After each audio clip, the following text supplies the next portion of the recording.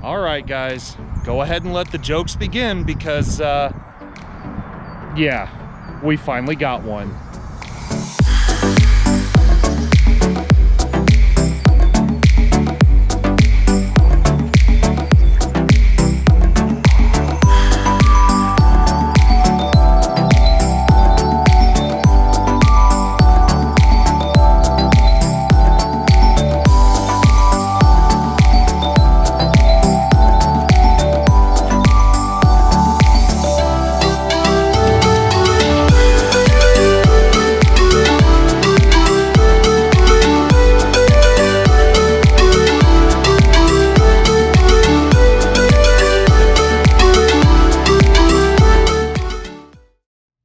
What's happening, ladies and gentlemen, and welcome back to another car review here on the driveway where, yes, it has finally happened. After a long time running partnership with my friends at Toyota and Lexus, we finally have a Prius on the channel. But not just any Prius. This is the 2022 Toyota Prius Prime. And unless you've been living under a rock, or perhaps you just haven't thought about the Prius in general, I would highly consider taking a look at one of these. Not me personally, I've never really been a fan of the Prius overall, but this is the one that has started to change my tune just a little bit, because unlike a normal Prius that can be driven on gas and electric power kind of in the same realm, this one can be driven on electric power alone for a shorter period of time. Now, if you want to get into one of these brand new, specifically this limited trim that I have here, you better be ready to shell out. And before all the tax credits that you might get for driving a plug-in hybrid or electric vehicle, this thing runs about 36 grand as this car sits right now. Now, I'm not going to lie to you. Like I said, it has changed my tune a little bit. So to start with, let's take it for a drive and talk about what's changed.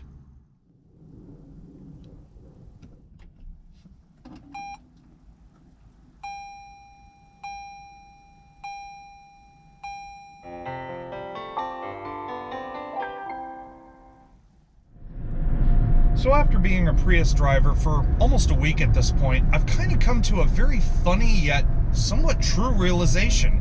And that's the fact that driving a Prius is like trying a new food for the first time. You either love it and you think it's the best thing in the world and you wouldn't go anywhere else, or you absolutely hate it and you would never think twice about going back to it again.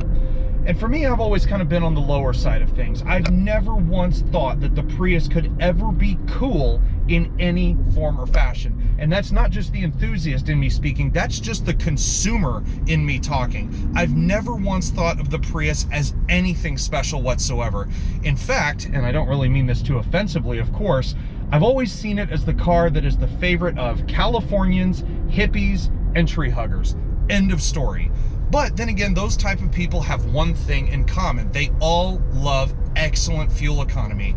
And the Prime definitely will get you into that category. At this very moment, as I'm sitting in evening traffic here, I'm getting 64.6 miles per gallon. And that's US miles per gallon, by the way. Now, if you're looking for any kind of performance out of the Prius, which I don't know why you would, and as an enthusiast, I would honestly wonder what is going on in your head if you ever thought about the Prius as a performance kind of car platform.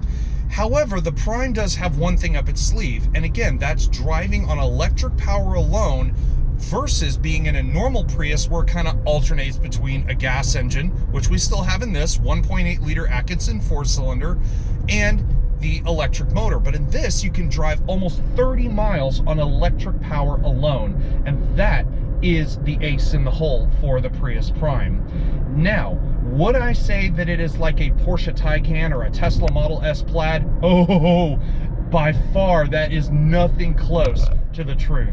This thing only makes 121 horsepower, and yeah, it'll do a decent amount of driving on electric power, and it sort of feels like an overpowered golf cart, but just as a car to drive overall, it's really not bad. It's way more spacious than, say, a Toyota Corolla, which it's pretty much the same size as one of those, but it just feels more airy in here. It feels just more, I guess, a little bit more comforting to drive. You have excellent visibility out of every window except for the one in the back, and we'll talk about that a little bit later. But I mean, overall, just as a car, it is a very sweet little thing to drive.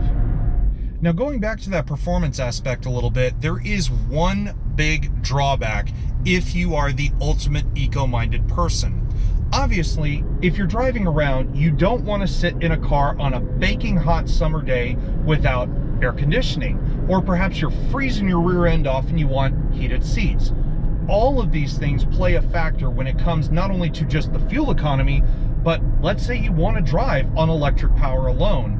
Well, when I turn the climate control on in this, if I had 25 miles of range to start with, it would automatically drop to about 18 miles worth of range. It really does suck a lot of energy out of this thing. So if you are more eco-minded, but you can bear the heat, or you can bundle up and bear with the cold, well, that's where you're really going to shine with this thing. Otherwise, I wouldn't say that the numbers on paper are exactly accurate for real-world driving specs, but pretty close, to say the least. All right, so let's take a look at the big picture here. As this car sits, the one I'm driving right now, you're looking at a $36,000 price tag, which is a lot, I know. And considering that, again, around the same price point for a normal Prius, it's kind of hard to discern which one I either don't like more or which one I would actually take should I succumb to the idea that I actually want a hybrid vehicle in my life. Now, am I saying the Prius is the worst car in the world? Absolutely not. As I said, the drive is fantastic, and even though its performance is definitely subpar for a hybrid, I would not say that it is absolutely horrendous. This car is so great in many ways, and again, for those of you who love to live that sort of hybrid lifestyle, this is a very solid choice. And above all, you have the backing of Toyota's reliability. So the question becomes, does the rest of the car really match up to that kind of amazing driving experience, or at least better driving experience? Well, let's go ahead and head back to our favorite little spot, take a look at the rest of this thing. Now, as someone who's had a pretty strong distaste for the Prius over the years, I honestly will say that this one has grabbed my attention a good bit more than pretty much any other Prius generation or design that I've ever come across. In many ways, not only is this one more flamboyant, sitting here in the supersonic red, but it's also a little more youthful, a little more sporty, and just trying to be a lot more different than just every other Prius out there on the road. And I mean, you look at it from the front, the headlights are nice and angular, you have the LED main beams and LED high beams, you have the LED turn signals and daytime running lights, fog lights down here below, you have the intuitive park assist that goes across the front half here, which also translates to the rear. And unlike most EVs, the front grille is not actually all shrouded in. I mean, there is a good bit of this dark gray plastic going across pretty much the whole front, but you have a little opening up top and a little bit of a larger one at the bottom, and inside there we actually have active grille shutters, so it does aid in the aerodynamics. It does feed a little bit of cooling air into the hybrid propulsion system up front. Now, if you're looking for the biggest Prius in the world, which I don't exactly know why you would be, then you're pretty much looking at it right here, because this is 183 inches from nose to tail. And to put that in perspective, it's about 3 inches longer than a normal Prius and only about a ½ inch longer than a Toyota Corolla sedan. So it is still a lot bigger than you might actually think. What is not as big as you might think is what's down here, and this is the saddest part of this car overall. Again, we're dealing with the Prius Limited with a sticker nearing 37 grand, and you get 15-inch alloy wheels with hubcaps. That is just sad. I know on older Prius generations they actually offered bigger alloy wheels. It's a little bit more of a styling compliment, but for these, I know efficiency is the name of the game, but if you're going to call this car the Limited, at least put some nicer wheels on it. Now, if you think that those 15-inch Steelies with those rather cheap-looking knockoffs were a sign of things to come, well, you're kind of right. There's really not a whole lot else to talk about on the outside of the Prius Prime, other than you have those nice little plug-in hybrid badges on the side, a little bit more of a differentiation factor. You also have body-colored side view mirrors with the chrome accents, a healthy dose of black plastic, and in this case, they've also integrated those Toyota-themed aero blades here on the side. That's just to kind of help diffuse the air that goes around the vehicle. I also like this little integrated front 3/4 window here. It does help with visibility a good bit, but it just kind of gets more basic from there. You have no sunroof on this one, which I'm kind of shocked, being almost 37 grand and being a fully loaded model, that it doesn't come with one. But then again, this car's about efficiency, not options. But it does have the Toyota advanced keyless access on board on pretty much every model. Has the same Toyota key as always. It does have the nice blue highlight and the Prius Prime nameplate on the back, but some rather interesting functions on the front. You have the typical lock, unlock, panic. You have the releasable key blade that comes out of the bottom, but this button here that says hold for AC, you hold that down, and instead of opening the trunk like that button might normally do, you hold that down and it will actually turn on the climate control to either heat up or cool down the car when you're away from it. Now, it works like all the other keys out there. You just keep the key on you. It's locked at the moment, so you just grab the handle as normal. You can hear it unlocks, but if you want to lock it, there's a little rib on the side and you just touch it.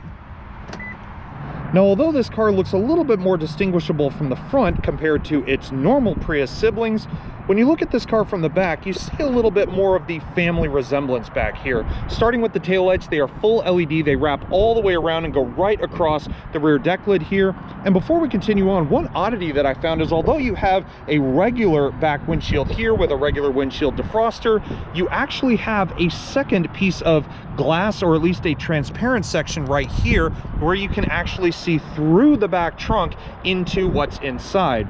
Now, I have pulled the privacy cover down, and it does cover this up just a little bit, but I still have been able to visually see what I have in the trunk despite that cover being in place. So not exactly the best design feature, but again, a little bit more distinguishable compared to a normal Prius. Everything else from there is pretty straightforward. LED turn signals down there on the side of the bumper. We have the rear half of the intuitive park assist, and of course, to finish it all off, you have your standard Toyota badging, like the blue highlighted Toyota badge. You have a pretty basic looking limited badge, but my favorite is the newer Prius Prime badge with the Prime highlighted in blue.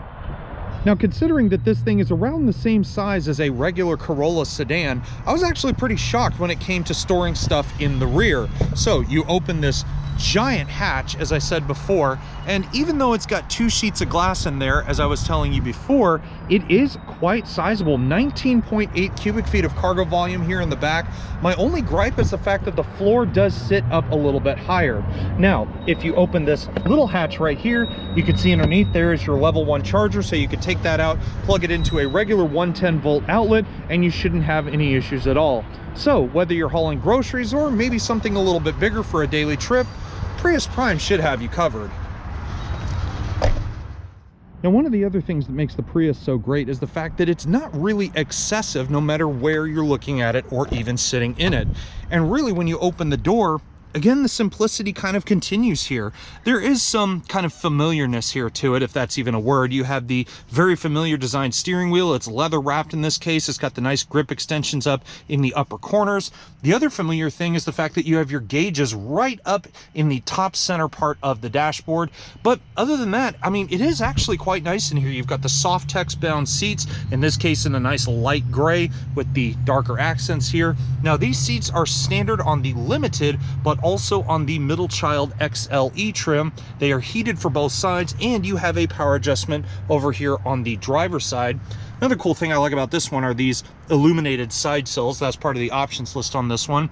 But as far as everything else, it's all pretty simple. Your steering column is manual tilt and telescope, and the buttons over here, I mean, although they are kind of awkwardly placed in some cases, not too difficult. You have traction control, you have the automatic parking assist, your instrumentation dimming, auto high beam, your standard heads-up display controls, and even one way down here where you can do things like check your charging schedules. When you're finally behind the wheel of the Prius, though, the first thing you notice is that it is very open and airy in here. The windshield is enormous, and that really does have to do something with the gauges not being like directly in front of you. You can see the heads-up display up there on the windshield, but visibility in here is just great from every single angle, with the exception, as I mentioned earlier, of that rear glass. As you can see, that little partition on the bottom with the spoiler right through the middle. But apart from that, it is very, very nice to sit in here. The other thing I noticed is that everything you need to know about how to control everything and whatnot is in two real places, either right here on the steering wheel or in the 11.6-inch screen that dominates the center stack here. On the steering wheel, all the controls are stupid simple. Right here you have the arrow pad and OK button that controls part of the 4.2-inch twin displays up there in the dash, part of like your economy meter and so on. The other controls are mainly for the all-speed dynamic radar cruise control, like your distance sensor. You've got the lane keep assist with active steering assist. Your cruise control, in a nod to the old school, is still the little stalk that pokes out of the bottom of the wheel here. You have a heated steering wheel in this case, which is a nicety. You also have just your regular radio controls, hands-free Bluetooth, voice recognition, and the usual suspects nonetheless. Now, before we get to the main event being the giant screen we have in the center of the dash here, let's talk about those two little screens up there at the top. The one on the left, as you can see, is all rudimentary. Your digital speedometer, your odometer, your average miles per gallon, which, as you can see, is quite a nice sight driving a vehicle like this. Over 60 miles per gallon that I've achieved during the week that I've had this. And as you can see, you also have the gas gauge, that nice little green line up there at the top of the gauge. The one on the right, however, is fully adjustable. Right now I have it in the energy flow meter, so you can see which way the power is being directed, i.e. whether it's being regenerated back to the battery and things like that. And some of the things up on that screen you can actually do through the big screen in the dash, which you'll see here in a moment.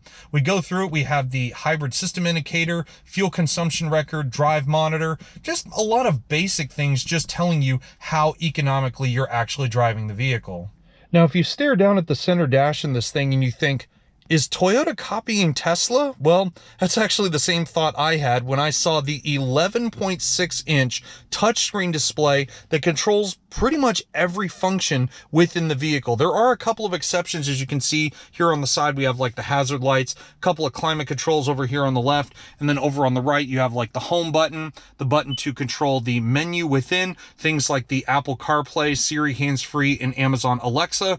Sorry, Android users, unfortunately it's Apple only for this one. You have your Entune app suite, Bluetooth telephone, destination, just all your basic stuff. Same thing with your volume control and your audio functions as well.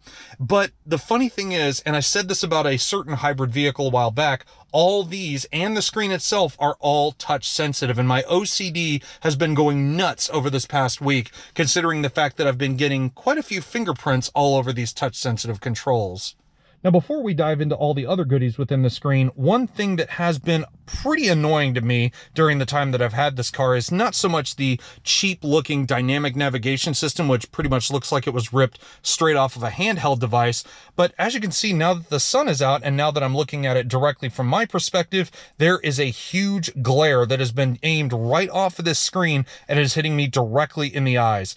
And honestly, I normally drive with my sunglasses anyway, but I have even more of a reason to now that that glare has been hitting me right in the face. I kind of wish the screen maybe was aimed a little more my way. I think that would be a little more user-friendly for maybe just somebody who drives this car by themselves. I know it's not so passenger-friendly, but still, I mean, you got to kind of make do with what you got anyway. But everything else is right at the touch of your fingers. Climate control, it is a single-zone system, so you don't have separate temperature and controls for either side, although you have vents for both the driver and passenger. But also your audio sources, I mean, it's all the standard stuff, AM, FM, satellite, Bluetooth, and iHeartRadio, just to name a couple. But the other thing that's been kind of interesting to me is the backup camera system. So if by using the weird little gear shifter here, we put it up into reverse, the camera only takes up the top part of the screen here, and we do have the intelligent clearance sonar with the rear and front park assist, so you have things like the guidance lines, and of course the park assist will appear when necessary. But also, as you can hear, there is like the most alien-like sound coming from underneath this car. It sounds like a PlayStation 2 starting up. Now, even though I've made a number of complaints already about this center system, the only thing that really is a redeeming factor for me, at least as an overall experience, is by using the audio system. This has a 10-speaker JBL audio system with an onboard amplifier, and I'm not going to lie, I've heard a lot of JBL systems in Toyota products before, and this one is certainly no different.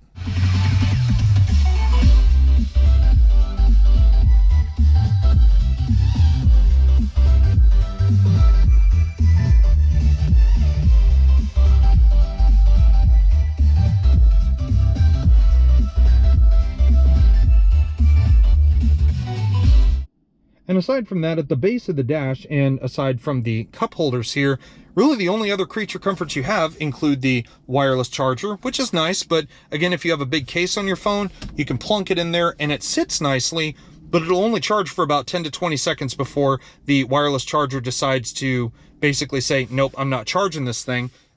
Now, in the instance you maybe want to have some friends along for the ride with you, the Prius Prime actually still has a decent amount of space here in the back. Now, speaking of space, as I said before, you can still fold the seats down 60-40, but it's not like that Lexus UX hybrid that I had last week where there was basically no space in the back. I mean, it's not the greatest amount of space, and keeping in mind that seat is exactly where I would have it while I'm driving. If I get in the back, and I'm over 6 feet tall, as I've said before, I have at least maybe 2 fingers width between my knee and the back of the seat. We also have 2 USB chargers back here as well, so at least your friends will be able to charge their phones while they're back here. And also, if they have some drinks with them, at least they'll have some cup holders to go along with that as well. Well guys, that wraps up our review and drive of the 2022 Toyota Prius Prime.